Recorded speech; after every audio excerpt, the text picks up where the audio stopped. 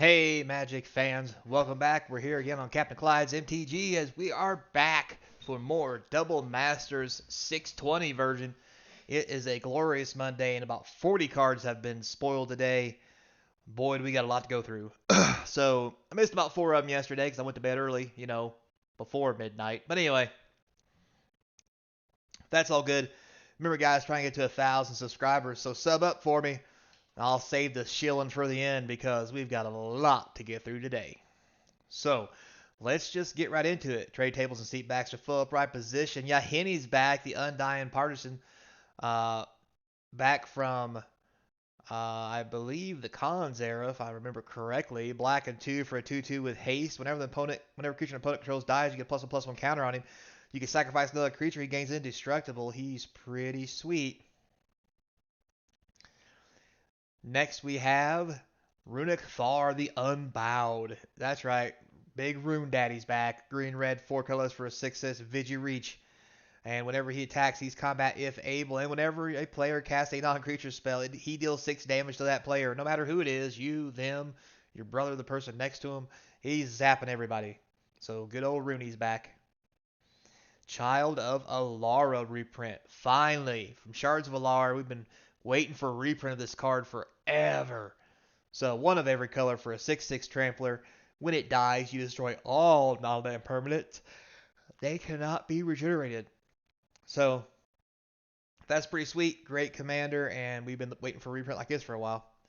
So Blazing Hellhound reprint. I don't even know what this is from, but I know it's got to be old because haven't seen it in a while. Red, black, and two for a 4/3 for one. You can sacrifice another creature. Blazing Hellhound deals 1 damage to any target. It's the best of puppers because it will bite the puppers. Anyway, moving on. Next, we have Body Double reprint. Blue and 4. When it enters the battlefield, you're as a copy of a creature in a graveyard, although it takes 5 mana, but it's only one blue starter, so it's a little better than Vesuvian. And you gotta have something in your graveyard to make it work. But it says any graveyard, so yeah. Necrotic Ooze reprint, 2 black and 2 for the 4/3. The Ooze has, when it's on the battlefield, it has all the activated abilities of all creature cards in all graveyards. It's yeah, it's a thing. We'll say that. Gonna be great in draft. Firemind Vessel. This is gonna be great in draft as well. 4 colorless. Comes in the battlefield tapped, but taps for 2 mana of different colors, any 2 mana. So this will be some serious mana fixing as this draft format is obviously going to be 3, 4, or 5 colored. Creekwood Liege, again, we have another hybrid card. Black, green, 3 of them, and 1. So 4 mana, you get a 2/2. But it says other black creatures you control get +1/+1. Other green creatures get +1/+1. But beginning of your upkeep, you may create a 1/1 black and green worm token. Basically, every upkeep you're spitting out a 3/3. This thing is powerful, and in draft, going to be insane. Next here, we have Eternal Witness. I've already previewed this. Somebody had it. 2 green and 1 for a 2/1. Get a card from graveyard back to your hand. We've seen this one already.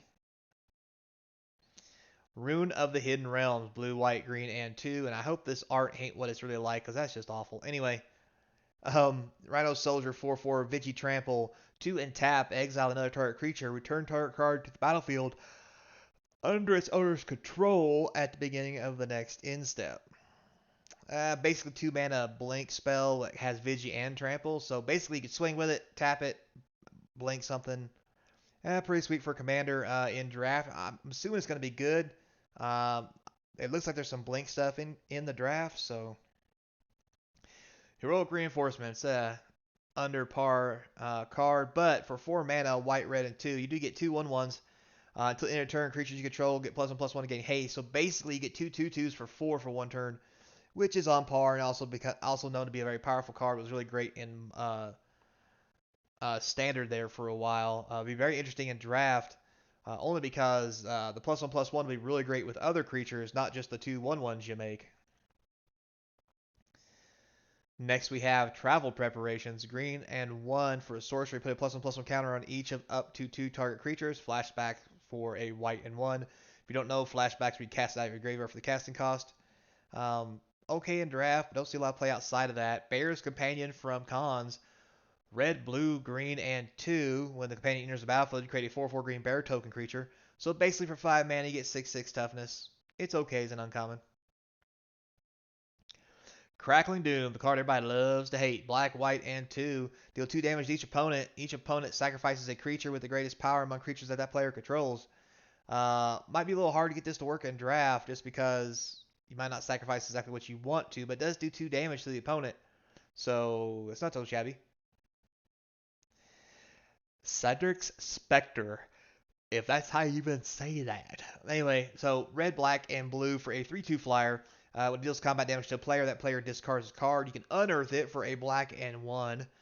This is going to be very powerful in draft, and for 3 mana, I'm not saying this ain't really powerful because it really seems like it is. If this was in standard, I'd definitely try to play it. Anyway,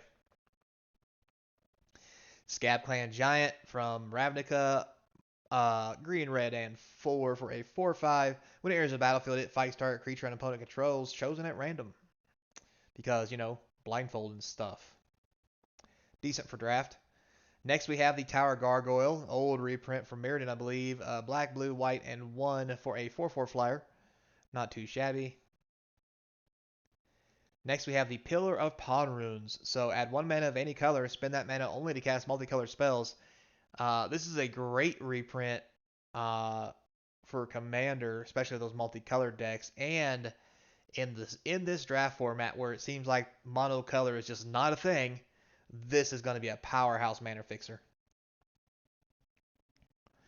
Next, we have As Foretold. So for a blue and 2, if you game each upkeep, put a time counter on As Foretold. For each turn, you may pay 0 rather than the mana cost to play 1 spell that has X or less the number of time counters. If you didn't know about this when it came out in Amonkhet, this was the thing that made spells that had no casting cost very playable. And this is going to be probably, just to be honest, not good in draft, but maybe. I mean, it's going to depend on your deck. But it is a popular card worth a decent amount of money, so this is a really welcome reprint. Arjun the Shifting Flame. So for red, blue, and 4, you get a Sphinx Wizard. Sphinx. It's a 5/5 flyer. Whenever you cast a spell, put the cards in your hand on the bottom of your library in any order, and then draw that many cards. This looks like a Teferi's puzzle box with legs, and I don't like it. Now, with that said, in draft, 6 mana 5/5 flyer is not the most terrible thing in the world. And if you want to hold lands, you can easily go through your deck, so okay, whatever. But it's probably a bulk rare. Rishkar Pima Renegade has been reprinted, so for a green and 2, he's a 2/2. He comes in, he puts a +1/+1 counter up to 2 target creatures. Those creatures now have tap, add a green. This thing was very popular back when it first came out during the vehicle era, which was Kaladesh. That's it. Yeah, back in the Kaladesh blocks. This is very powerful. Basically, it's a 3/3 itself. It becomes it's basically an elf. Or you can just make other things bigger. It's going to be great in draft for mana fixing, and it's an okay card. Mikaeus the Lunarch. So for a white and 1, it's a human cleric legendary. When he enters the battlefield, he gets X +1/+1 counters on it. Tap, put a +1/+1 counter on him, or tap, remove a +1 counter. Put a +1/+1 counter on each other creature you control. That's really broken. That's going to be great for draft just because you can pump your whole team. You can pump him, then pump your team. I don't think this gets a whole lot of play, honestly, in Commander, but seems okay. All right. Asban Falconer from Khans, white and 2 for a 2/3, has Outlast. If you outlast him for 1 white, he gets +1/+1 counter, and each creature you control with +1/+1 counter is flying, which was really big in that set because things with counters flew, and there wasn't a lot of other things that did fly. So, not a bad card for draft. Abzan Charm is back. This powerhouse right here. White, black, and green. Exile target creature power 3 or greater. Draw 2 cards, lose 2 life, or distribute 2 +1/+1 counters among 1 or 2 target creatures. Probably just best known for its removal, to be honest with you, and drawing cards. In draft, this is going to be huge. I don't think it sees a whole lot playing Commander, though. Conclave Mentor, white and green for a 2/2. Basically, if you put a +1/+1 counter on one of your creatures, you get an extra +1/+1 counter. This would be really good with Mikaeus, since you can just start going ham with him. So, yeah, this is going to be great in draft with the white-green, some other color counter deck. Mistfire Adept, blue and 3 for a 3/3. It has prowess. Whenever you cast a non-creature spell, target creature gains flying to the end of turn. So, yeah, this thing could become a 4/4 flyer in a pinch. Again, black during the cons block, I believe. Oracle of Muldaya. A green and 3 for a 2/2. You can play additional land each return to play the top card of your library revealed, and lands from the top of your deck can be played. This was the original predecessor to Courser of Kruphix, and this thing is amazing. This is a powerhouse reprint, especially in draft, and also just for Commander in general. This card was easily sporting $40. This is a most welcomed reprint that's going to make this card readily available to many Commander players. Next, Prize Amalgam. Nothing special here. Black, blue, and 1 for a 3/3. So if a creature goes into your graveyard, you can turn a Prize Amalgam at the end step. Good for the old modern deck. I don't know why we needed this reprint, but here it is. River Hoopty, or Hoopy. It's a Hoopty. Anyway, it's a blue and green for a 1/3 flyer. For 3 colors, a blue and a green, you can gain 2 life and draw a card, which in draft can be very broken. Next, moving on, we have the 10th District Legionnaire, white, red, and 2 haste, also 2. Anyway, whenever you cast a spell, it targets it, gets a +1/+1 counter, and you scry 1. A powerhouse card from Ravnica. Looks like there's going to be some form of heroic, in quotes, deck, because we've already seen a few heroic / prowess creatures, so that's going to be a thing. Martial Glory, white, red, target creature +3/+0 to the end of turn. Target creature is 0/3 -0 to the end of turn. Yeah, speaking of prowess, yeah, this is a red-white giant growth. So, yeah, what do you think about that? Moving on, we have Bant Charm, blue, white, and green. Destroy an artifact, put a creature in a bomb owner's library, counter target instant spell. Pretty sweet, gonna be good in draft. I don't think it's going to see much play past that. Oh, look at this bad boy. The 1,000-Year Storm is back, and that is pretty. Oh, it's so pretty. Red, blue, and 4 basically lets you do storm things. Whenever you cast an instant or sorcery spell, copy it for each other instant or sorcery spell you've cast this turn. You may choose new targets. This thing's got real popular in Commander. And actually started picking up in price a little bit, so this is a welcome reprint. Next, Shattergang Brothers, a very popular commander, green, red, black, and 1 for a 3/3. Legendary Goblin Artificer for a black and 2, sacrifice a creature. Each other player sacrifices a creature. For a red and 2, you sacrifice an artifact, making people sacrifice artifacts. Or for a green and 2, sacrifice an enchantment, make other players sacrifice enchantments. This is a very multi-purpose card that gives you removal to damn near anything by spending mana and sacrificing. So very, very popular commander for the people I play with anyway, and they're happy to see this thing get reprinted. Next, we have Cedrus the Traitor King, the mythic red, black, blue, and 3, 5/5. Each creature card in your graveyard has Unearth, black, and 2. If you don't know, Unearth is for a black and 2. You can take things out of your graveyard. It has haste, and you exile at the beginning of your next end step. But when you unearth things like, I don't know, Emrakul, things get silly quick. And you may be thinking to yourself, but Clyde, you can't unearth it, it gets shuffled back in. In response to the trigger of Emrakul being discarded to your graveyard, since you haven't had your attack turn yet, you can unearth it in response to the trigger, put it into play, everything gets shuffled. Now it will go back to your graveyard and then trigger again. So, well, actually it'll get exiled, so you'll lose it.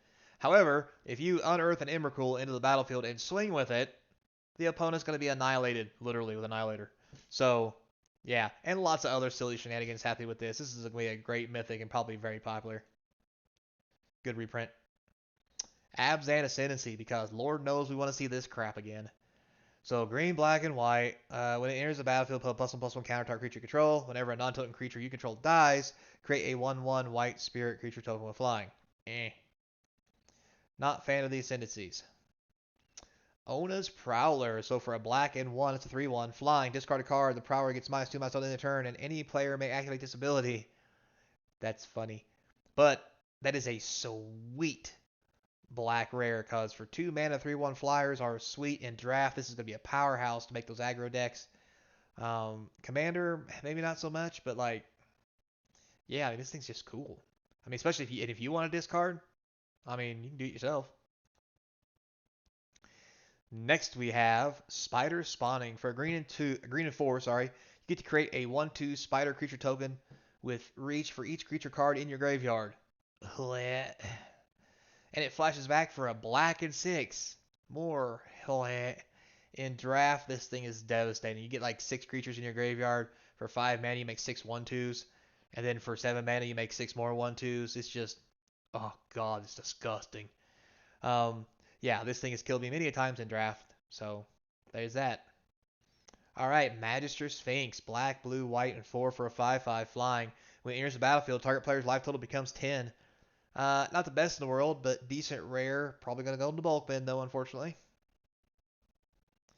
Next, we have the Mimoplasm, because, yeah, blob with stuff. Green, blue, black, and 2. When it enters the battlefield, you may exile 2 creatures from your graveyard. If you do, it enters the battlefield as a copy of one of those creatures with a number of additional +1/+1 counters on it equal to the power of the other card. Very interesting card. Yeah, that's all I got to say about this. I mean, there's shenanigans afoot. I'm not gonna lie. Um, because it says from graveyards, so you literally could take 2 of your opponent's dudes, one from that guy, one from this guy, and just make something horrendous. So yeah, second thought, yeah, shenanigans. Let's have it. And then finally, the thing I forgot yesterday. That's right, there has been a reprint of Season Pyromancer. 2 red and 1 for a 2/2. When it enters the battlefield, you discard 2 cards, then you draw 2, and for each non-land card you discard, you get a 1/1 red elemental token. You can exile it to make 2 1/1 tokens. This is very popular in Modern.